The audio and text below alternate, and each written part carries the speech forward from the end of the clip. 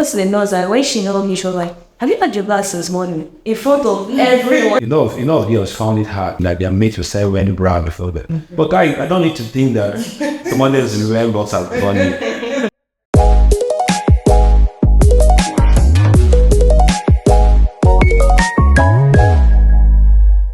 Hello everyone, welcome to IGAHAF TV. My name is Jennifer Oyeneke, and I'm so excited to be in the studio today with you because I am not alone in the studio. I have two amazing people with me here in the studio that will be talking to you about something very important and very educative for you as well. So wherever you are, you have to sit down, relax, and follow us on this journey, right? But before I get to introduce these people, I get to also tell you what we'll be discussing today. Let's finish the break and we'll be right back.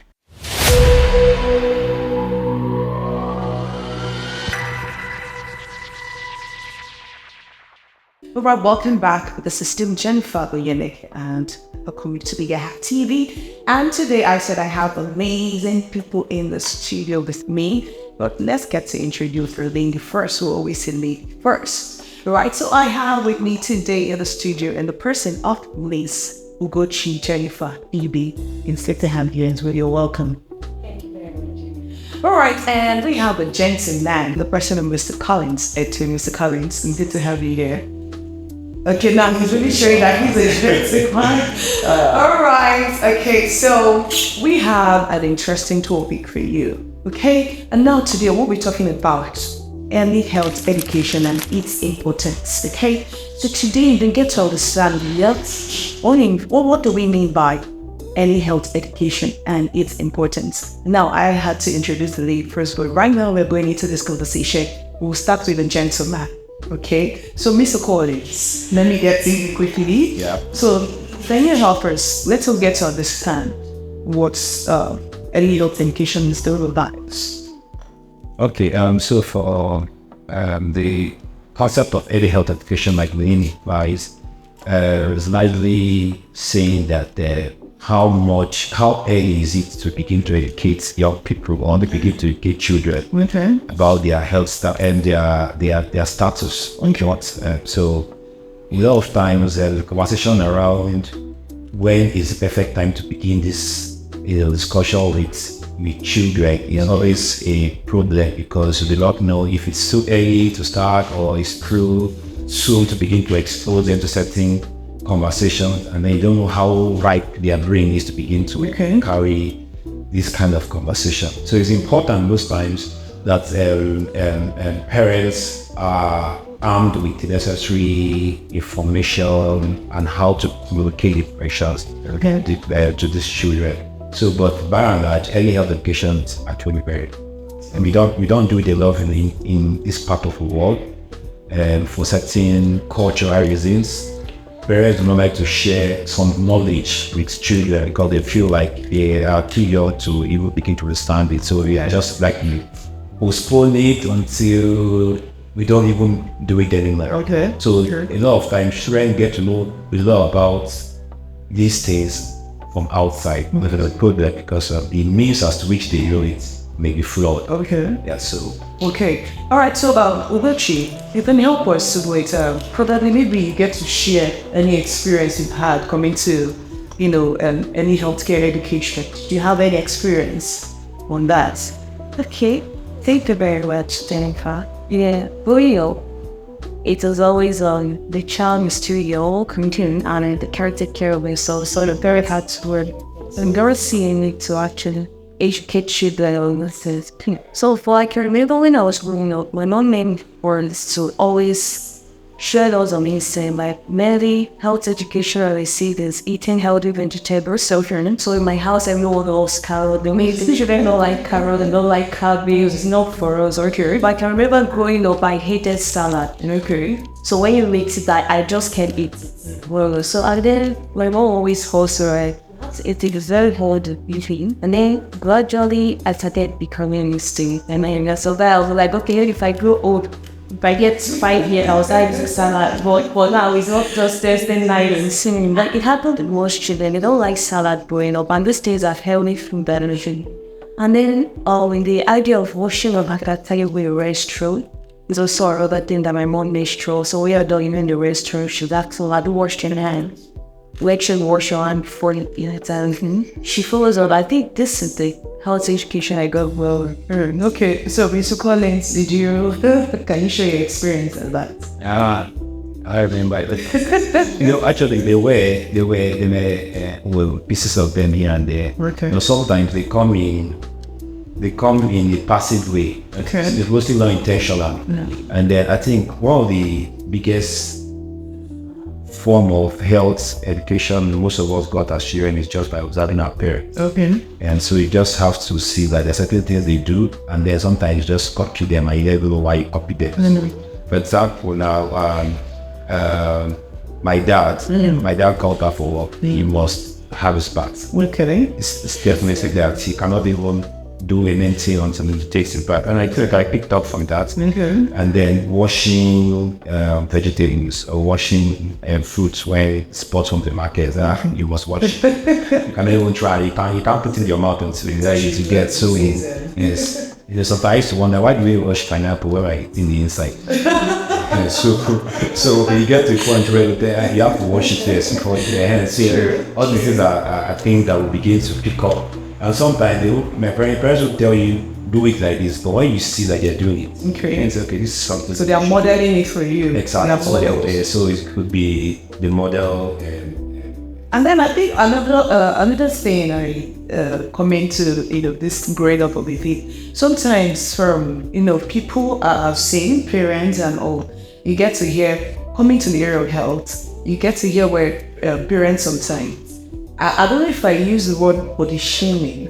Maybe then during our time, maybe we didn't use that word. But sometimes they make you feel like when you eat in a certain way or when you get to take these things, then you become fat. And the way they emphasize on that fat, I think sometimes probably maybe the message was not conveyed well. Some children at the end of the day, you see they start losing their self-confidence. Yeah, they feel like, I'm too fat, or when I take this thing, and then probably because there's no proper explanation, to this. Okay, so this will now take me to this particular question now. Now, how do you think that, or the best way you think it should be better to actually help convey this message to these children that it will, that it will be fun and engaging in conveying this message, to children, introducing them to this early health education? Right. Already, I already talked about model, and watching your parents and learning from them. That's out there. And then the second one I would also say is proper communication, and making your children know that you believe in their what do I use? You trust their judgments. Okay. Yes, I think that's a very important part. But I feel like if you do the right now to parents, you can as well trust that your child is just learning from you. So you trust that the child makes decisions that are helpful, harmless to them. And so a lot of times you see people, when I was growing up, right, my mom used to say something that my mom used to say, we should not sleep the afternoon because she doesn't want us to get fat. But it was just a very fun thing to say at that time. But I've heard of that, you shouldn't get relaxed in what you begin to have with. And then in my family, we're all very sleep, like I am now. So most likely, she was saying it out of that point of saying, we need to look after, need to do certain things to not be like this. And so we know the conversation we have in our families, like you said, actually, it's about parents throwing some words there and make you think of them as a reproach against certain things. So if in my family, growing up, I didn't eat chocolates. I wasn't exposed to those things. I was exposed to normal African dishes. So those food I was eating cannot get me really hard weight as much as I wanted to. So you really wanted to? No, so I don't know if I wanted to, but I was growing up. Every child should look healthy. Okay. And then it might be looking. I don't know. You see someone who is looking like a kid. You know, you mean I was like a kid. Oh wow. Okay, it's really like a kid. Okay. Talking about the body shaming is just Yeah. Yeah. sometimes I feel like that is actually a very nice, like you can be nice and body shaming. It sounds funny, but sometimes it works that way. Okay, there was a turn on. I was okay. Maybe in my primary school, so I wasn't feeling well. No long term back, and I was okay. Let's go to the nurse so you take an injection. So we go to the nurse, and when she told me, she was like, "Have you had your glasses this morning?" In front of everyone, I feel that we had the kid. So embarrassed. It was so embarrassing because I'm not, I wasn't feeling fine. I've been lying down since this morning. So you know I did that right now. I'm like, oh my god. It's something else. That kind of thing. It's also very healthy. I don't like it. But sometimes when you do such things, maybe in a more how do I say, in a more managed manner, children learn not to do that again. Because then, now, anytime she's coming back, I always go with her and I've not had my back. First I'm bringing she go to and dig my bill, so she doesn't ask that kind of or embarrass me down there. And then the issue of also brushing your teeth is also something that you come out and you talk to her and she's like, oh, God, brush it. So it's just something that you have to take it that way, like they say it sometimes so that you know that this will not be, so they call you out on it. Even if it's sometimes it takes them calling you out saying you embarrassed for you to actually take the correction. Because if they're just managing it and you're like, okay, she's covering up, probably she won't announce it. But when you know that if I go out with my mom and I do brush my teeth, she will let me know. Don't you think, you know, you said something that sometimes when you say some things to them publicly, they let. But I think children differ. There are kids you might do that, they tend to shoot at. Yeah, that's true. That's why I say it has to be managed. When I say manage, I mean you have to inform your child person. You are trained so that like any child you actually confess that with, you actually have that low self-esteem. Because I know that it took me some time to go to that careers alone. Like whenever she's saying, "Okay, go and buy something," like everybody is into it. It's like everybody is talking about it. So I think there are better ways to do it. So instead of maybe shouting when they fish, I just restarted in my ear. It is still getting the same message. I'll be like, I wish you could not hear how we're swimming from here like that. She could have done that. So there's a way that parents can manage it and make sure that if you don't make your child in the name of correcting them or making them have early health education, they don't use that self-esteem. Because a child growing up with a low self-esteem is very, very depressing. Because they grow up and they're not confident in their skin, they feel that everything they do with the question, they're just not okay. They're not free. And every time they're just within themselves when they're state, they can't express themselves very well. Our parents' body shaming is totally wrong. But if they can do it in a way that's, because I always believe that there are some children that you have to show them how serious something is for them to take it serious. Like when you now talk about correcting a child that go and use the restroom, when you come out, wash your hand, and you keep forgetting their children. Sometimes when we're here, you go to the restroom and sleep off. So they keep forgetting. I think you have to think about the child and then think about your correctional measures and to make sure that this will method actually protects you rather as the way you do it will emerge.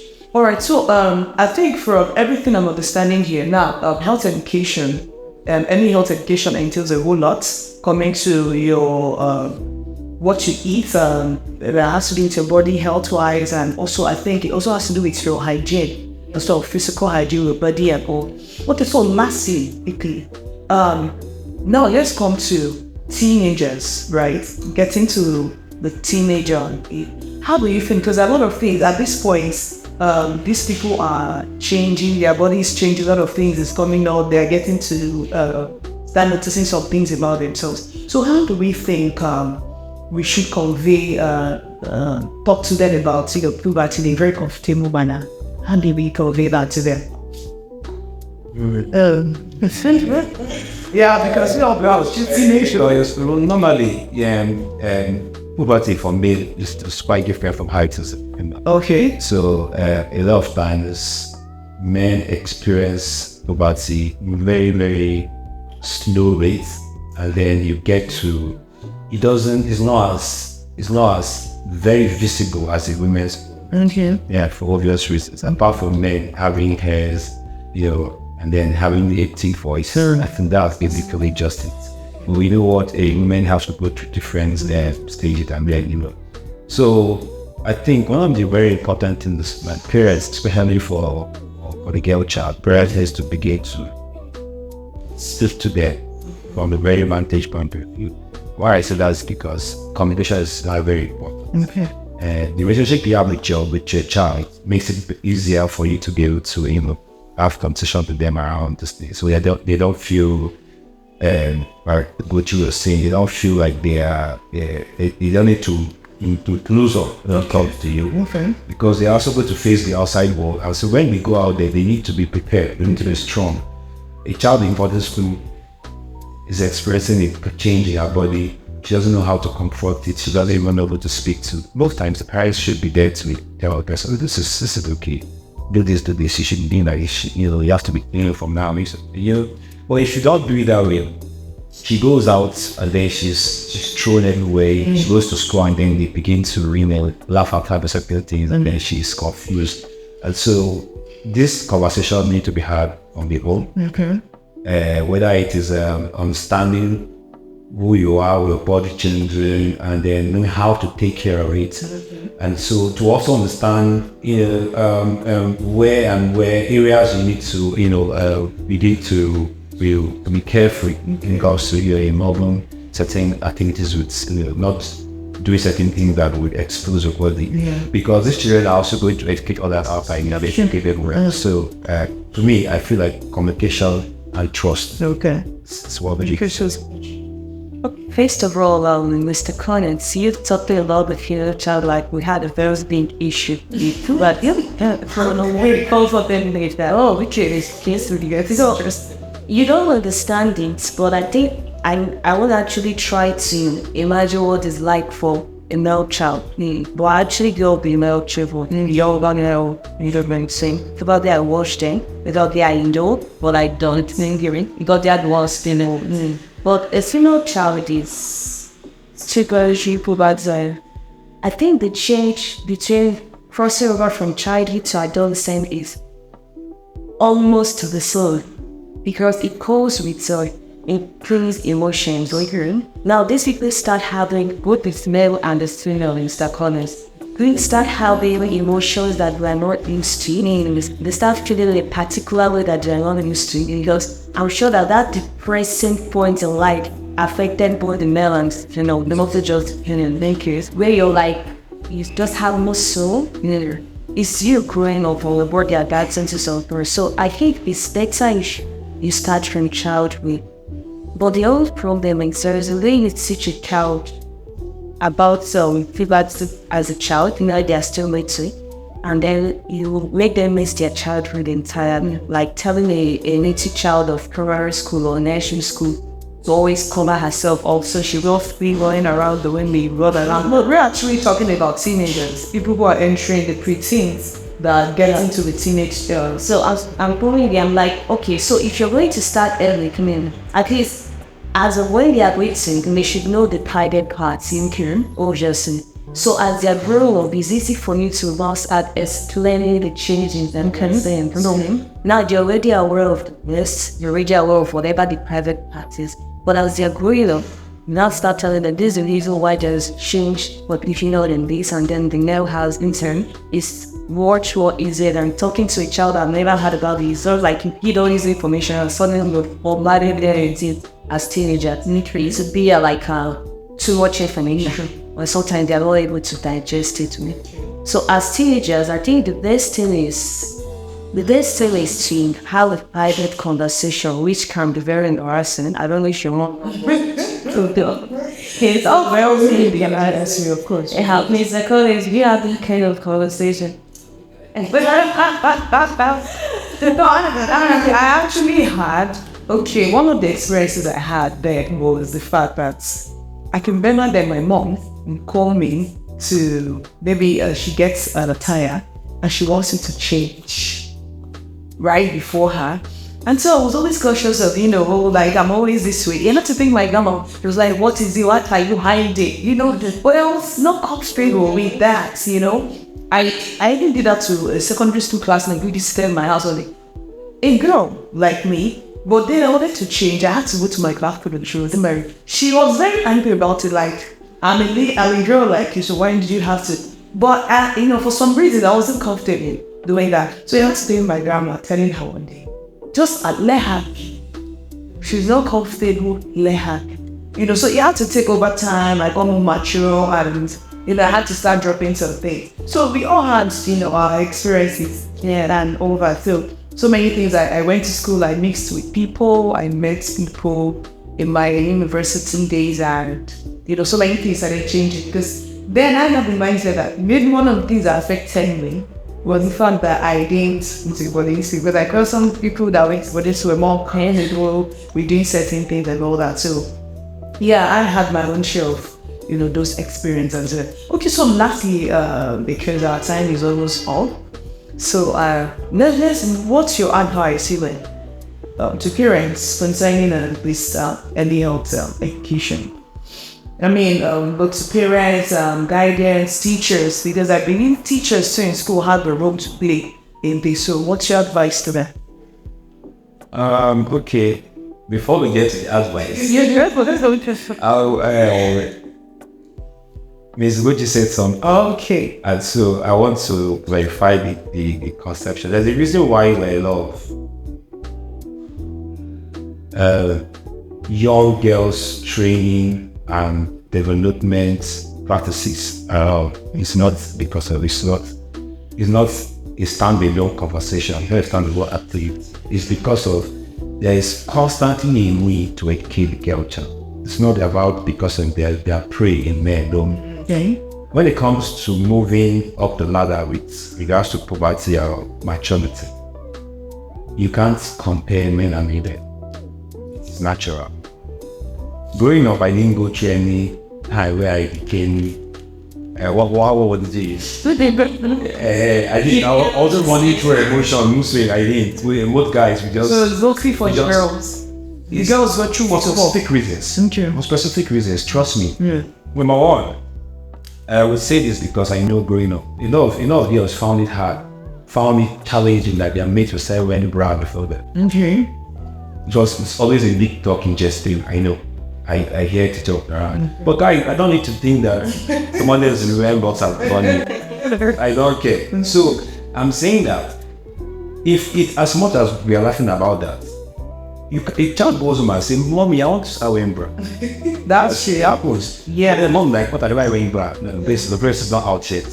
Something like that. But then you're just wearing a singlet, and then you begin to feel.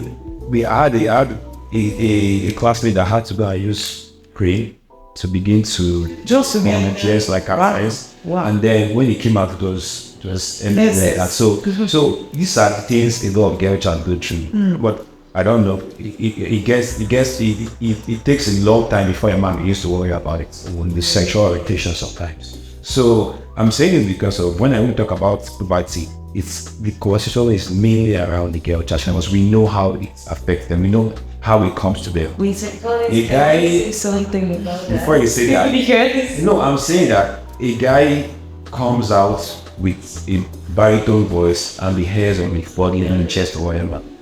It is hardly okay. Yes, at some point, like my friends out there that have theirs, but it's not at the college stage. It comes later in about 17, 18 years. But as early as 12, 11, 12, 13 years, girls are said going through this particular mental stress of when will I get on my start seeing this one of things, and then you talk about the period, the menses and that flu. So these are things, these are positions we have, and then that, but not to stray from the point. I'm not saying that guys shouldn't be taught this at home. No, I'm saying that it is beckoning on parents to educate their girl child. Me, I'm not segregating societal rules. I'm saying that it is majorly on that because of 2 millions we cannot help. Okay. So you Would you like to say something?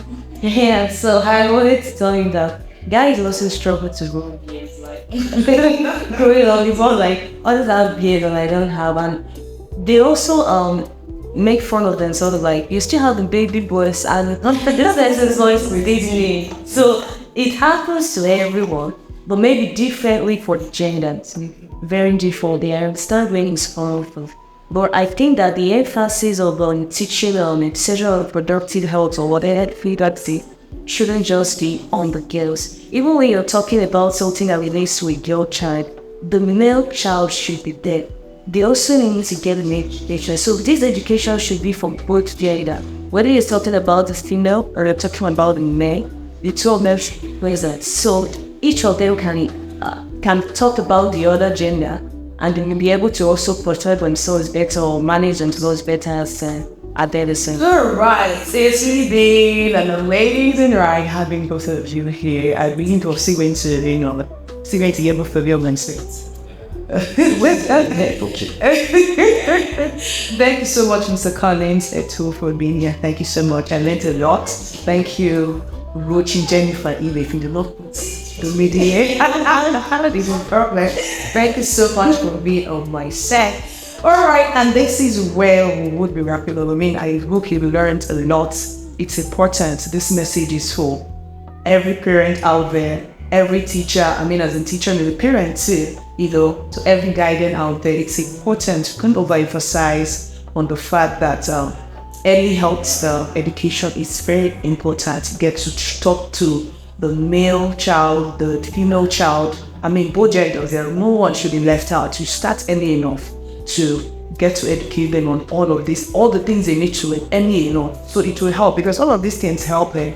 It shapes how they grow. It shapes how they think about themselves as individuals, how their health, and hygiene as well. So please, to every parent listening to right now, please do well to talk to your child early enough. Give them the education they need when signing education, right? I'll be doing this again some other time too. My name is Jennifer.